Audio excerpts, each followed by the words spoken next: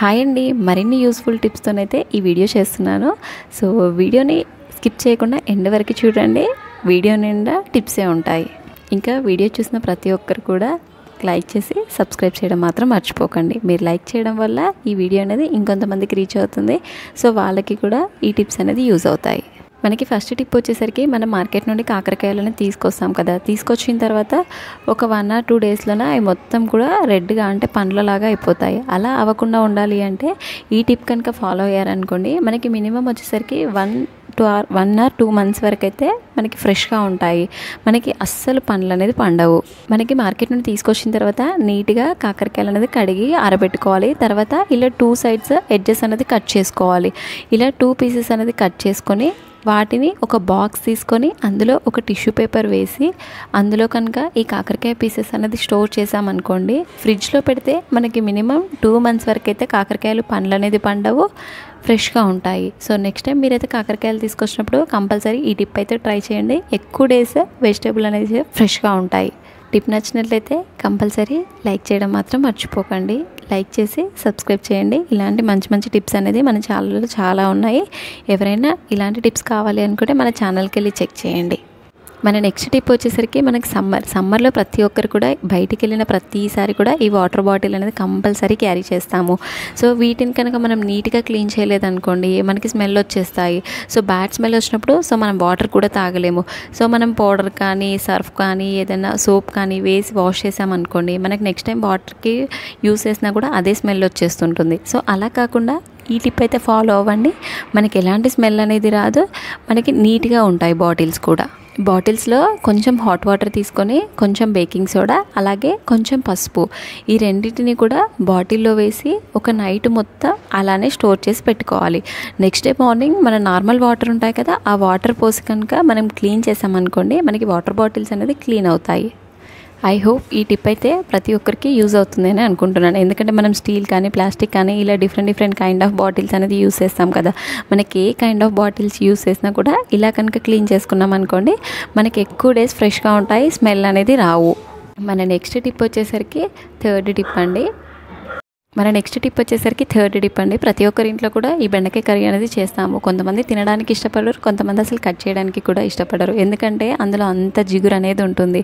So మనం curry చేసేటప్పుడు ఇలా జిగురు రాకుండా ఉండాలి అంటే మనకి బెండకాయ పీసెస్ వేసిన ఒక 2 minutes తర్వాత కొంచెం బియ్యం పిండిని అనేది ఇలా చల్లుకున్నారనుకోండి, మనకి కర్రీ అనేది నీట్గా వస్తుంది. అస్సలు జిగురు అనేది రాదు. ఎండింగ్ వరకు కూడా అస్సలు అంటుకోకుండా ఉంటుంది. ఫోర్త్ టిప్, మనం ప్రతి ఒక్కరి ఇంట్లో కూడా మార్నింగ్ లేవగానే టీ కానీ కాఫీ కానీ కంపల్సరీ ఉంటుంది. కొన్నిసార్లు అయితే మనం స్టవ్ పైన టీ పెట్టేసి ఫోన్ పట్టుకోవడమో ఏదో పనిలో పడి మర్చిపోతుంటాం. సో అప్పుడు టీ కానీ కాఫీ కానీ మొత్తం పొంగిపోవడంతో పాటు మనం స్టవ్ కూడా అంతా క్లీన్ చేసుకోవాల్సి వస్తుంది. అలా పొంగిపోకుండా ఉండాలి హై ఫ్లేమ్లో ఉన్నా కూడా అంటే మనకి టీ కానీ కాఫీ కానీ పెట్టే గిన్నెలో ఒక స్పూన్ కనుక వేసామనుకోండి, దానివల్ల మనకి టీ కానీ కాఫీ కానీ హై ఫ్లేమ్లో ఉన్నా సరే ఎంతసేపు స్టవ్ పైన ఉన్నా సరే పొంగిపోదు. సో అది మనకి మరుగుతూనే ఉంటుంది.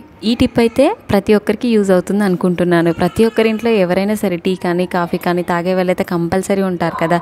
సో నెక్స్ట్ టైం అయితే కంపల్సరీ ఈ టిప్ అనేది ట్రై చేయండి. ఎందుకంటే మనం మార్నింగ్ లేవగానే తాగుతాం కదా. సో నెక్స్ట్ డే మార్నింగే ట్రై చేయండి ఈ టిప్ అనేది. మన నెక్స్ట్ టిప్, ఫోర్త్ టిప్, మనము నార్మల్గా ఇంట్లో డీప్ ఫ్రైస్ కానీ ఏదైనా ఆయిల్ ఫుడ్ కానీ అంటే లైక్ పూరి కానీ పకోడీ కానీ ఇలా డిఫరెంట్ స్నాక్స్కి ఫుడ్కి ఇలా చేసుకుంటాం కదా, దానికి ఈ ఆయిల్ అనేది యూజ్ చేస్తాము. సో ఈ ఆయిల్ని మళ్ళీ రీయూజ్ చేసామనుకోండి, వాటి స్మెల్ అనేది మొత్తం ఆయిల్కి పట్టేస్తుంది. సో అలా పట్టకుండా ఉండాలి అంటే మనం ఆయిల్ హీట్ చేసిన దాంట్లో కొంచెం చింతపండు కనుక వేసి తీసామనుకోండి, ఆ స్మెల్ అంతా కూడా చింతపండుకు పట్టేస్తుంది. మనకు ఆయిల్ అనేది ఎలాంటి స్మెల్ అనేది రాదు. నేను వీడియోలో చూపించినట్టుగా జస్ట్ కలర్ చేంజ్ అయ్యే వరకు ఒక 1 or 2 minutes అనేది చింతపండు నుంచి తీసేసేయండి. సో అప్పుడు మనకి ఫ్రెష్ ఆయిల్ లాగా అయిపోతుంది. మనకి ఎలాంటి స్మెల్ అలా ఏమీ రాదు. ఇంకా మనం హ్యాపీగా నెక్స్ట్ టైం ఈ ఆయిల్ని రీయూజ్ చేసుకోవచ్చు. సో ఎందుకంటే కంపల్సరీ అందరి ఇంట్లో ఆయిల్ అనేది వాడతారు కదా. సో ఈ టిప్ అయితే ఒకసారి ట్రై చేయండి. మన నెక్స్ట్ టిప్ వచ్చేసరికి 5th టిప్. ఈ టిప్ అయితే ప్రతి ఒక్కరికి యూజ్ అవుతుంది అనుకుంటున్నాను. ఎందుకంటే ప్రతి ఒక్కరి ఇంట్లో కూడా కామన్గా యూజ్ చేసే థింగ్ ఇది కోంబ్ అనేది నార్మల్గా మనం ఆయిల్ హెయిర్తో కనుక కోంబ్ చేసుకున్నాం అనుకోండి, దానికి ఉన్న జిడ్డు, మురికి, డాండ్రఫ్ ఇదంతా కూడా కోంబ్కి వచ్చేస్తుంది. సో అలానే మనం కోంబ్ చేసుకున్నాం అనుకోండి, మనకి జుట్టు మొత్తం డ్యామేజ్ అయిపోతుంది. అలా కాకుండా మనం 2 or 3 డేస్కి ఒకసారి కోంబ్ అనేది నీట్గా క్లీన్ చేసుకున్నాం అనుకోండి, సో మనకి ఎలాంటి ప్రాబ్లం అనేది ఉండదు. అది కూడా మనం ఎవ్రీ టైం బయటికి వెళ్ళాలన్నప్పుడు అర్జెంటుగా కావాలి అంటే మనం వాటర్తో, సోప్తో క్లీన్ చేసేంత టైం లేనప్పుడు జస్ట్ ఇలా మన ఇంట్లో యూజ్ చేసే పౌడర్ ఉంటుంది కదా, ఫేస్ పౌడర్ ఏదైనా సరే, ఆ పౌడర్ని జస్ట్ ఇలా కోంపై అప్లై చేసి జస్ట్ ఒక 1 minute అనేది వదిలేయండి. నెక్స్ట్ దాన్ని 1 minute తర్వాత మనం యూజ్ చేయని టూత్ బ్రష్ ఉంటుంది కదా ఇంట్లో, ఏదైనా సరే ఆ టూత్ బ్రష్తో కనుక నీట్గా క్లీన్ చేసామనుకోండి, అందులో ఉన్న డస్ట్ అంతా కూడా బయటకు వచ్చేస్తుంది. మనం ఎక్కువసేపు రుద్దాల్సిన పని లేకుండా జస్ట్ ఒక 1 minuteలోనే అందులో ఉన్న డాండ్రఫ్, జిడ్డు అంతా కూడా వచ్చేస్తుంది. ఇప్పుడు నేను వీడియోలో చూపిస్తున్నాను, క్లియర్గా చూడండి. వీడియోలోనైతే మీకు చూపించినట్టుగా అందులో ఉన్న జిడ్డు అంతా కూడా ఇలా ప్లేట్ పైన మీకు నీట్గా కనిపిస్తుంది. మీకు వైట్ ప్లేట్లో చూడండి ఎంత డాండ్రఫ్, ఎంత మురికి ఈ కోంబులో అనేసి. జస్ట్ ఈ పౌడర్ యూస్ చేయడం వల్ల చాలా తొందరగా క్లీన్ అవుతుంది. మనం ఎక్కువ టైం వేస్ట్ చేసి ఎక్కువ శ్రమ పడాల్సిన అవసరం లేదు. జస్ట్ 2 minutesలో మనం ఎటైనా బయటికి వెళ్ళినప్పుడు చాలా క్విక్గా అయిపోతుంది ఈ టిప్ అనేది. మనకి వాటర్తో, సోప్తో క్లీన్ చేయడం కన్నా ఇలా పౌడర్తో క్లీన్ చేసామనుకోండి చాలా ఈజీగా అయిపోతుంది. మనకి కూడా బయటికి వెళ్ళాలన్నప్పుడు కోంబ్ ఆరిపోవాలి అనేంతసేపు అవసరం లేకుండా డైరెక్ట్గా జస్ట్ ఇలా పౌడర్ అప్లై చేసి జస్ట్ మనకి రబ్ చేసి ఏ క్లాత్తోనైనా తుడిచి ఇమీడియట్గా ఈ కోంబ్ అనేది వాడుకోవచ్చు.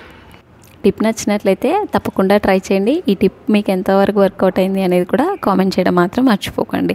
మీకు క్లియర్గా కనిపిస్తుంది కదా వీడియోలో, మనకి ఎంత బ్లాక్ ఉన్నా కూడా కోంబ్లో అంతా కూడా జస్ట్ మనకి యూజ్ అయిన టూత్ బ్రష్తో జస్ట్ 1 minuteలో ఈ మురికి అంతా కూడా రిమూవ్ అయిపోతుంది. ఇంకా ఛానల్ని సబ్స్క్రైబ్ చేయకపోతే సబ్స్క్రైబ్ చేయడం మాత్రం మర్చిపోకండి. మీరు సబ్స్క్రైబ్ చేయడం వల్ల ఇంకొన్ని మంచి మంచి వీడియోస్ అనేది చేస్తాను. ఇప్పుడు నేను చెప్పిన టిప్లో మీకు ఏ టిప్ బాగా యూజ్ అవుతుందో కూడా కామెంట్ చేయండి. మన ఛానల్లో రెగ్యులర్గా చేసే వీడియోస్ అన్నీ కూడా మన డైలీ లైఫ్లో యూజ్ అయ్యే మంచి మంచి టిప్స్ అనేది ఉన్నాయి. ఎవరైనా ఛానల్ మిస్ అయితే వెళ్ళి సబ్స్క్రైబ్ చేసి లైక్ చేయడం మాత్రం మర్చిపోకండి. మన నెక్స్ట్ టిప్ వచ్చేసరికి సమ్మర్లో అయినా ఏ సీజన్లోనైనా ఈ పూలను అనేది స్టోర్ చేయడం చాలా కష్టం. మనకి ఎన్ని డేస్ అయినా సరే పాడవకుండా నీట్గా ఉండాలి అంటే ఈ టిప్ అయితే ఫాలో అవ్వండి. ఇలా 1 month వరకు స్టోర్ చేసినా కూడా ఫ్లవర్స్ అనేది పాడవవు. మనం ఊరికే మార్కెట్ నుండి తీసుకోవాల్సిన అవసరం లేకుండా మంత్లీ వన్స్ ఇలా స్టోర్ చేసి ఈజీగా దేవుడి పూజకు అనేది యూస్ చేసుకోవచ్చు. మనం ఫ్లవర్స్ తీసుకురాగానే ఒక 5-10 minutes ఇలా ట్రేలో ఆరబెట్టిన తర్వాత ఒక బాక్స్ తీసుకొని అందులో ఒక టిష్యూ పేపర్ అనేది వేసుకోవాలి. ఆ టిష్యూ పేపర్ పైన కొన్ని బియ్యపు గింజలు అనేది వేసుకొని అలాగే ఆ ఫ్లవర్స్ అన్నీ కూడా ఆ రైస్ పైన అడ్జస్ట్ చేసుకోవాలి.